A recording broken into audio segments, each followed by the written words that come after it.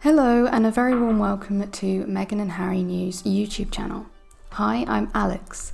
So, some stories doing the rounds today include this one that states that Meghan may be on her way back to the UK for the first time since the Oprah interview.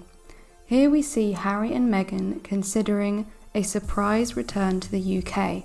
It says here Meghan's first face-to-face encounter with the royals since her explosive Oprah interview is set to happen sooner than expected.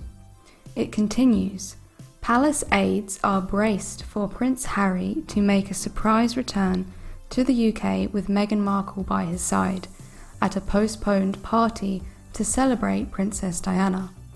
The Duke and Duchess of Sussex are weighing up whether to join Harry's brother Prince William and 100 guests, including Sir Elton John, at the rearranged bash later this month.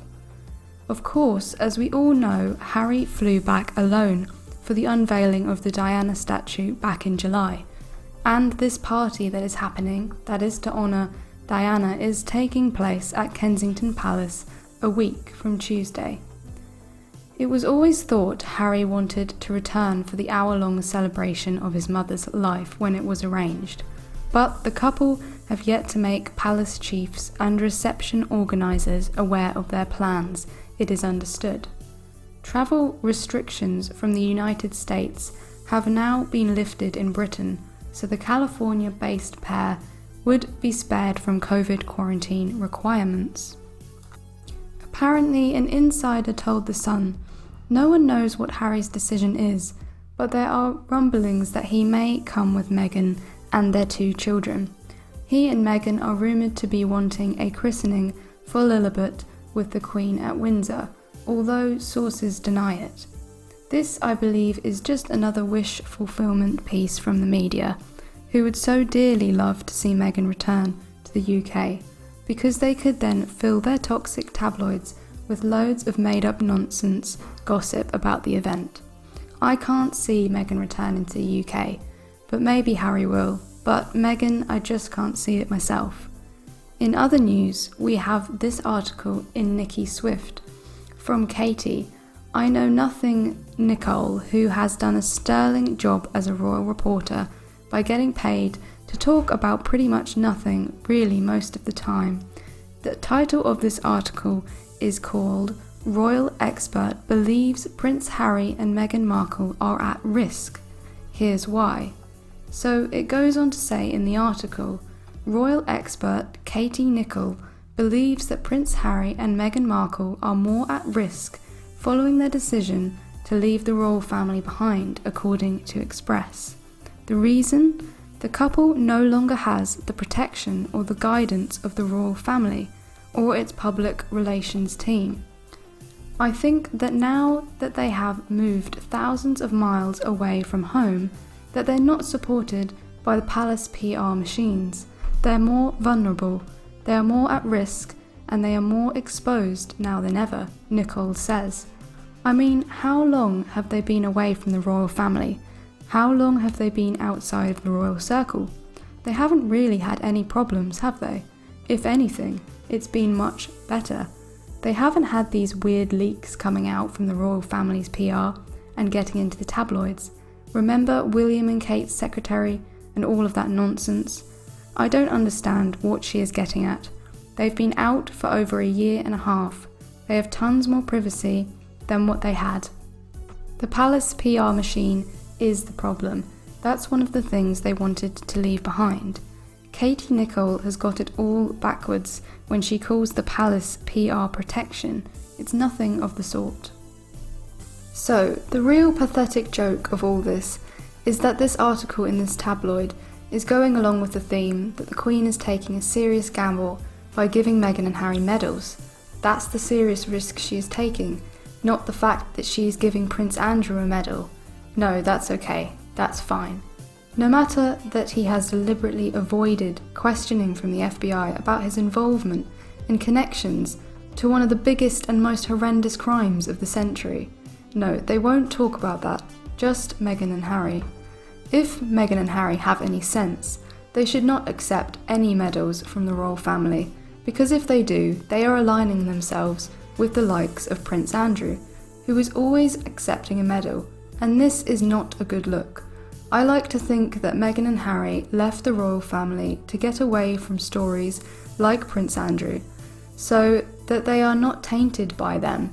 But by accepting a medal from the Queen, the same Queen who it states here is going to be awarding her son, Prince Andrew, it's in my opinion not a good look. Anyway, let me know what you think in the comments. Should Meghan and Harry accept awards from the Queen, the same Queen who will be awarding her son, Prince Andrew? You know that saying, if you lie down with dogs, you get fleas. So, thank you for listening, let me hear your opinion in the comments, and thank you for your continued support of this channel. It is very much appreciated.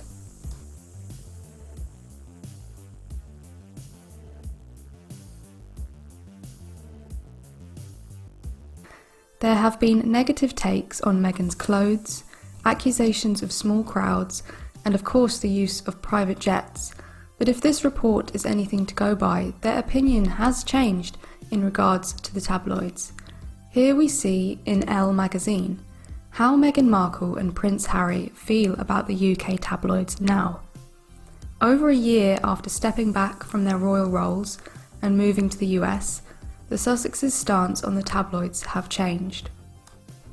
It says here the British tabloids have long been more critical of Meghan Markle and Prince Harry than other royal family members, regularly scrutinising the Duke and Duchess of Sussex's every move and non-move, despite the fact that the two stepped back from their senior royal family roles over a year ago and moved out of the UK to California. Yes, and we all know why that is, because within the UK there is an orchestrated smear campaign against them, to manipulate the UK public into disliking them, because in the UK the royal family are funded by the public. Meghan and Harry gave that up and became financially independent. They don't take money from the public, and now because they are financially independent and not taking money from the public, the smear campaign must continue in the UK, to distract the public from the simple fact that if they were to compare them to the royal family in the UK, people would question why on earth are we funding one of the richest families and organisations in the world, a family that has an estimated worth of over 88 billion. That's why there is a smear campaign. It continues most recently. The tabloids took aim at the couple's New York City trip last week, publishing negative takes on Meghan's wardrobe and its cost, as well as their transportation back home to Montecito, California, among other things. Harper's Bazaar ran a recap of their trip by royal reporter Omid Scobie, who spoke to a friend of Meghan's about how the couple feels about the UK tabloids' treatment of them now. It turns out their stance has changed as they've settled into their California life. The tabloids will do as the tabloids do, the friend said. Only difference now is that they really don't pay attention to it. It doesn't penetrate their world. And being in the USA away from the toxic UK tabloid environment has obviously helped, but that perspective of looking at things only takes into account its effect it has on them personally. The UK tabloids and their smear campaign has never really been about affecting them. It's always been about manipulating the opinion of the public.